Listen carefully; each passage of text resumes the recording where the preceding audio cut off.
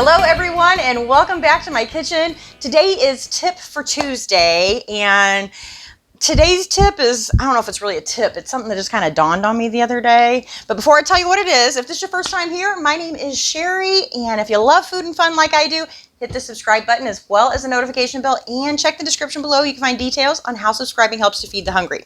So the other day I was making cookies and I had a recipe that I was using. I don't know, it was from last year, the year before. But I had not written down how many cookies it made. And I thought by looking at the list of ingredients, I wasn't going to make very many. So I doubled the batch. And then I realized after I put them on the cookie sheet, the first 2 cookie sheets, there was no way we were going to eat all those in, the next couple of days. So I took half of it and I put it in the freezer. And then it dawned on me, why have I not been doing this all along? You know how expensive refrigerated cookie dough is? My husband loves to pick that stuff up at the store. So if I could just tell him, honey, we already have some in the freezer, then maybe he'll leave it alone. Yeah, that stuff's expensive. Okay, maybe they're not expensive. I mean, it's not like we're buying diamonds here. But because I buy everything in bulk, on sale, or with a coupon, the cost of the ingredients for the homemade chocolate chip cookies is rather cheap.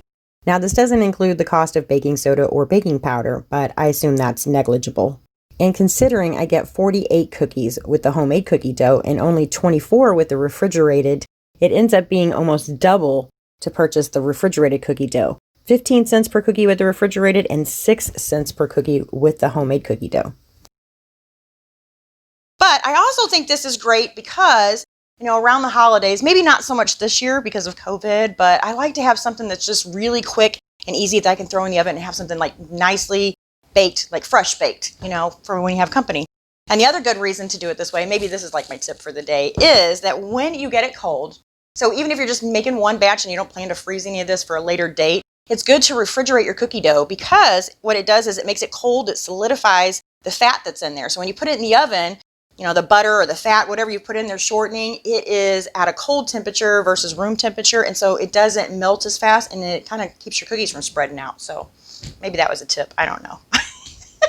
Anyway, maybe someone will find that useful besides me. So I thank you all so much for watching. I will see you next time. Bye.